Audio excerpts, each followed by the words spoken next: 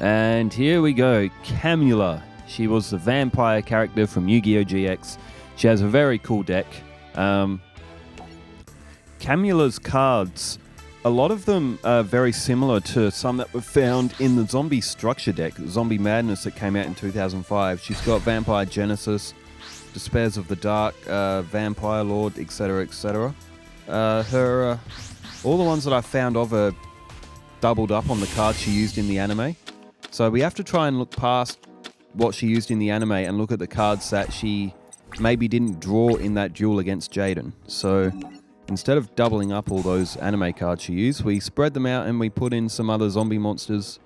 So some zombie monsters are from that structure deck, the cards she used in the anime, and other ones that suit the theme, which you would imagine if she was going to draw different cards for that duel, these are the ones she would use.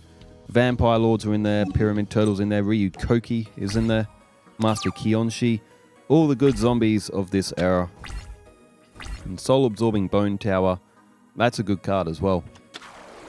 And she's up against Bones, so it's Duelist Kingdom zombies versus GX zombies.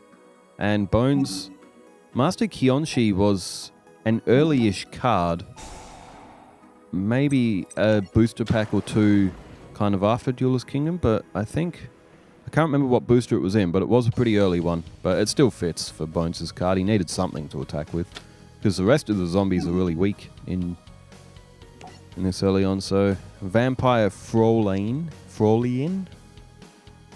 I'm going to say Fraulein.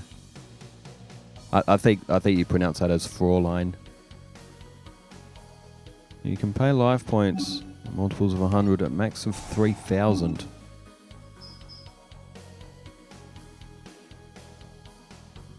Okay, so it's attack and defense, and oh, okay. No chill, bro. 3,000 life points. And it puts Soul Absorbing Bone Tower at 4,500 defense. Okay, that is just having no chill. You only needed to pay like 300 life points just to keep it alive. But no, let's get rid of our life points. Who needs life points? I'm a zombie. I'm a vampire. Life points. I suck blood. There's Skull there. Okay, Foolish Burial. That works well with Call of the Haunted. She does have Call of the Haunted in her deck as well. And she's put Des Lakuta face down. That can flip. Can keep flipping itself up and down. You can keep drawing a card. There's a rock monster that does that called Medusa Worm. Very useful if you use level limit area B and gravity bind and nothing else can attack you. Just keep flipping that card up and down every turn. And it can destroy a monster on the field. That's what I used to use in my personal deck. I still got that deck too. It's a troll deck. That's what it is. Alright, Des Lakuta's been attacked, and Vampire Fraulein again. Okay, bro, chill. 3,000 again. Okay, Camula's down to 2,000. Bones is down to 3,400. That is such a cool effect. I like that card, that Vampire Fraulein. That's a very, very fun card. Let's keep paying life points to do mass damage for no reason. If her monsters were in attack mode, Bones' monsters would be getting destroyed by it as well. Alright, she's got Despair from the Dark now as well. It's a 2,800. She's also got a card called Book of Life in her deck. You can revive a zombie monster from the graveyard. So you can use Foolish Burial, send a Despair from the Dark to the graveyard. Then if you got Book of Life, you can then play Book of Life and revive Despair from the Dark.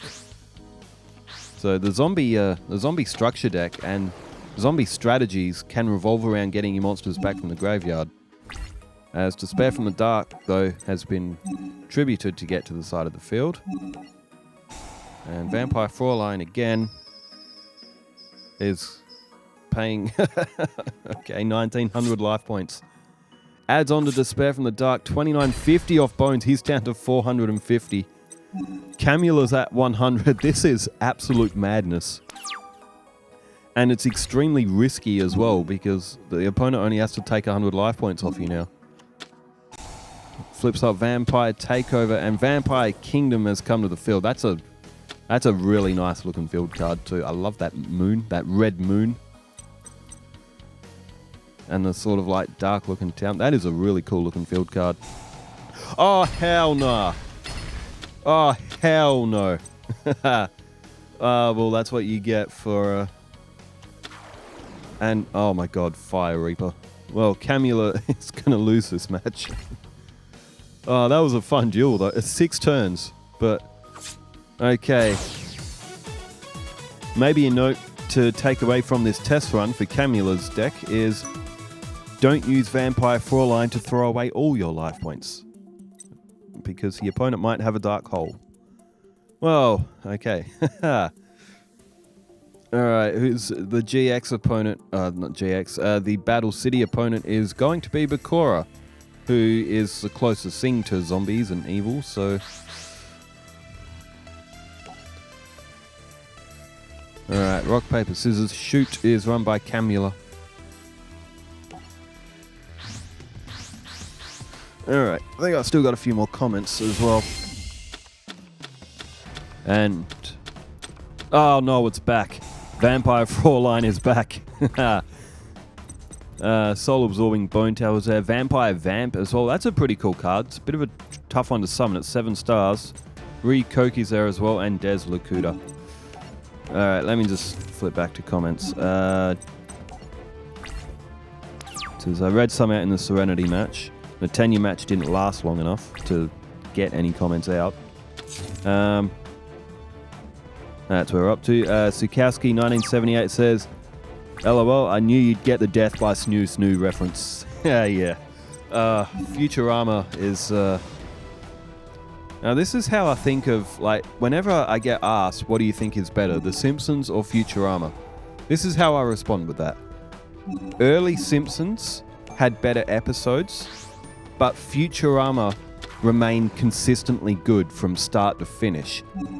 The Simpsons did not do that. The Simpsons have been going for a long time, but there are Simpson episodes out there that just did not need to be episodes.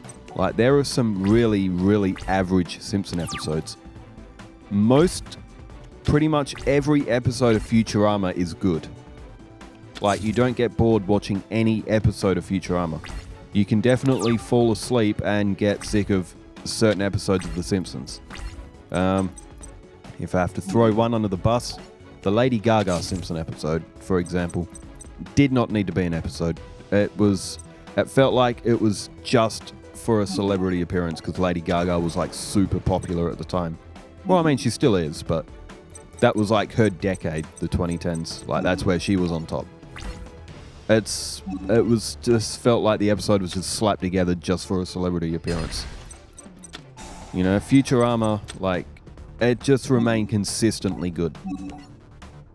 And felt like it had a more progressive story than The Simpsons. The Simpsons timeline is just completely random. Futurama, like, had a more progressive and like more believable timeline because I guess it was set in the future. So they could make up all the devices. The Simpsons technology has advanced, but they're still the same age. But that's how I see The Simpsons and Futurama. I love them both. Emperor Pikachu says, I feel bad for Ishizu. Her deck isn't really that bad. It's not a bad deck. It's just... It only made it like... It was like 4th last or 5th last in the Battle City season. And the thing is, it's not a bad deck. It just... You need to draw the exact right cards in a good order. Otherwise, the deck just doesn't work. Like, if you can get all the fairies to the graveyard and then summon Mudora when it's like 3,000 attack points, she'll pretty much rip everything in half. But if you get Mudora straight away, you can't get it powered up easily enough.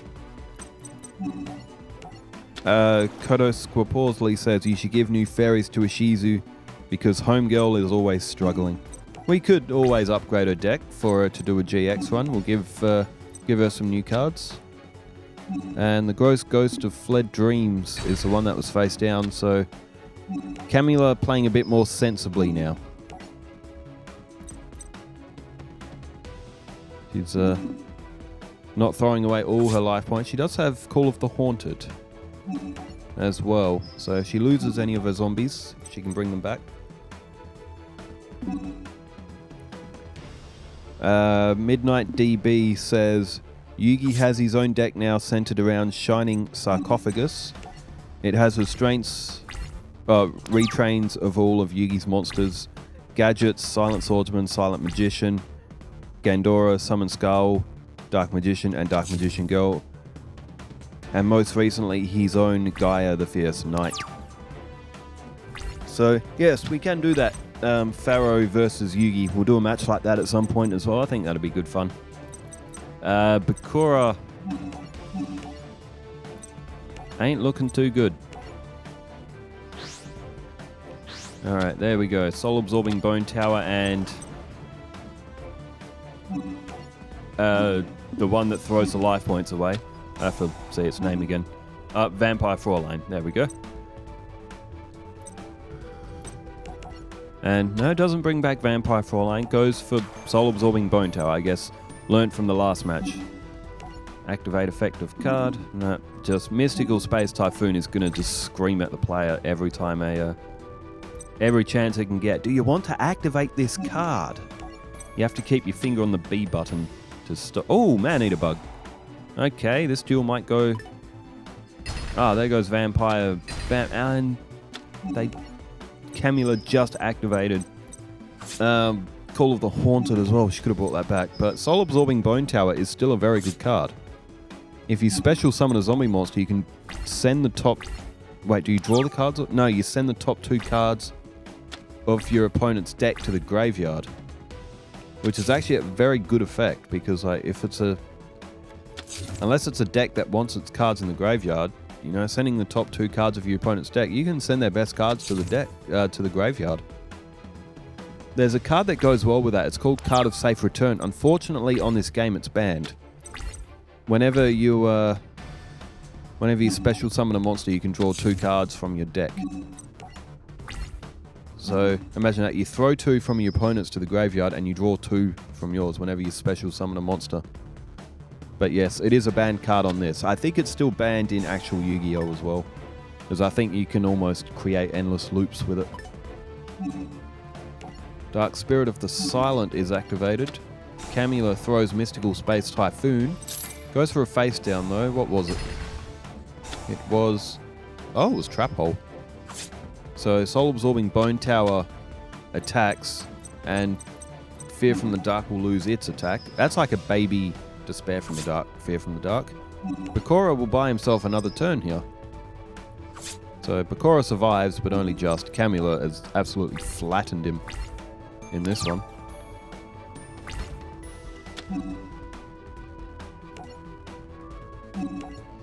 Vampire Takeover. Let's get that field card down. Look at that. Looks absolutely harrowing. Bakura's the one. Oh, you can special summon with that effect too. Oh, look at that. Soul Absorbing Bone Tower. Ah, look at that. Lesser Fiend was one of them as well. I think I saw Destiny. Did Destiny board go there as well? Earlier on? Or was I looking at another trap card? I don't know. I wasn't paying enough attention.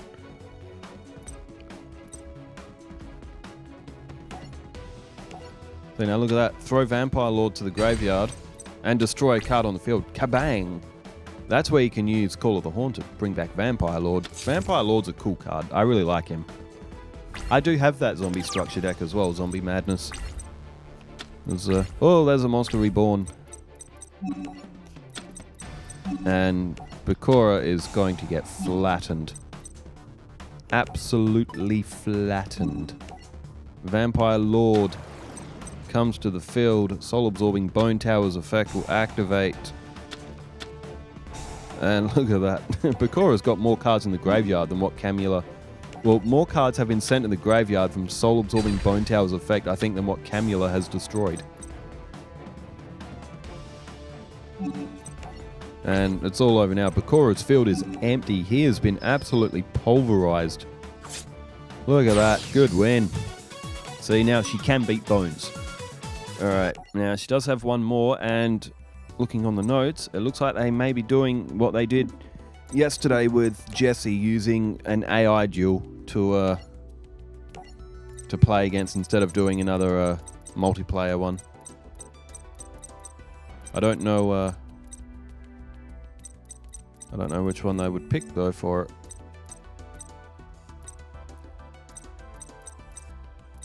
Flanagan.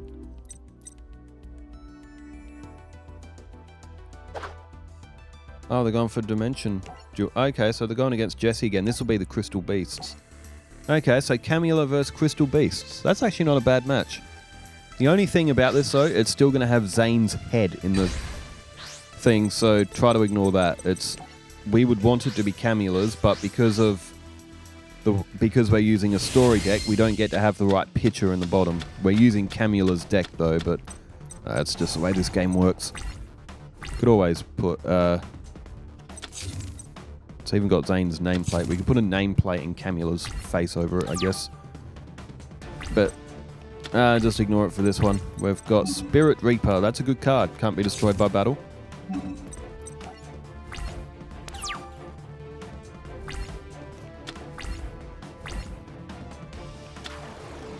And Crystal Beasts. Jesse summons Crystal Beast, Sapphire Pegasus, and Emerald Tortoise. Emerald Tortoise comes up. I don't know about that. That's a 2000 defense that's now in 600 point attack mode. Alright, Zombie Master comes to the field. 1800. Double cost on that can be used as a tribute for 2 dark monsters instead of just the one, so Despair from the Dark could be summoned with 1 tribute if double cost on is on the field. It's a good looking field for Camula, straight up.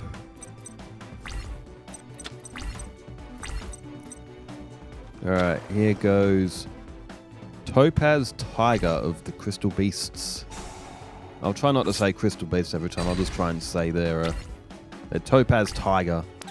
It gets rid of Zombie Master. It gets 400 in the battle phase. Target 1 zombie monster you control with 2000 or less attack. It can attack directly.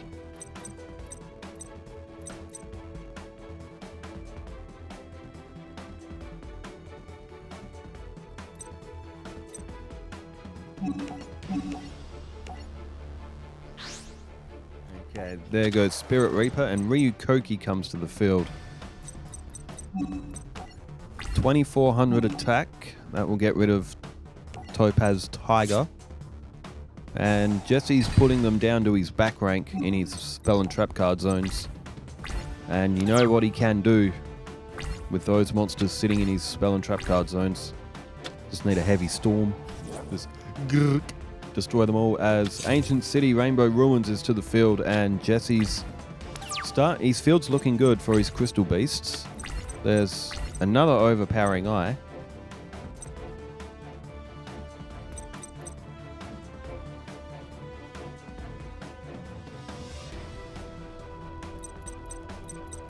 Okay. Oh, Monster Reborn. Okay, what's coming back? Spirit Reaper can't be destroyed by battle. I think if it attacks directly and does battle damage, I think the opponent will select 1 random card from his or her hand. Spirit Reaper and Nightmare Horse fuse together to make... I don't remember, but it can attack directly, and when it does, the opponent loses cards out of their hand. And... oh, hell no! What happened there? Overpowering eye. What happened after... oh, after resolving a card effect that targets this face-up card, destroy this card. Oh, hell no. Oh, hell no. Okay. Card effects that resolve when they are targeted towards Spirit Reaper will destroy Spirit Reaper. Ouch. I think Camula's still got the better field here, though. Although Jesse has got a lot of Crystal Beasts in his Magic and Trap card zone. We all know that he's got ways of getting them back. He's got ways of doing damage with them.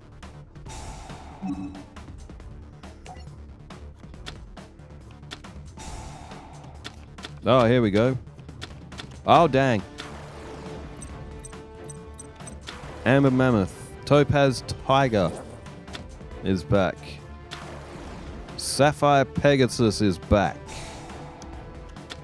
And is that Cobalt Eagle? Crystal Beast release. 800 attack for... Okay, that's now 2600. Oh dear. Poor Camula, posing as Zane, is getting destroyed. 2600. Damn, that Crystal Beast. Damn, that was a good play. That is a really, really good play. Oh, there's Nightmare Horse. I don't remember what the fusion is, though. I don't remember what its name is, but...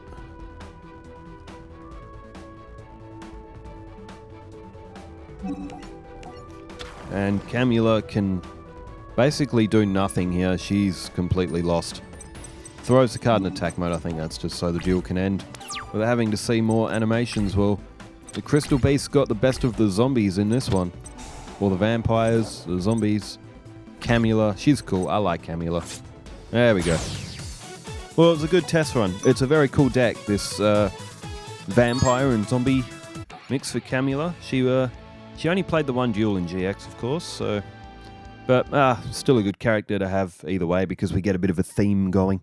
Thanks everybody for tuning in, and thanks everyone for leaving all the comments as well. Wherever you are in the world, stay safe, take care, farewell.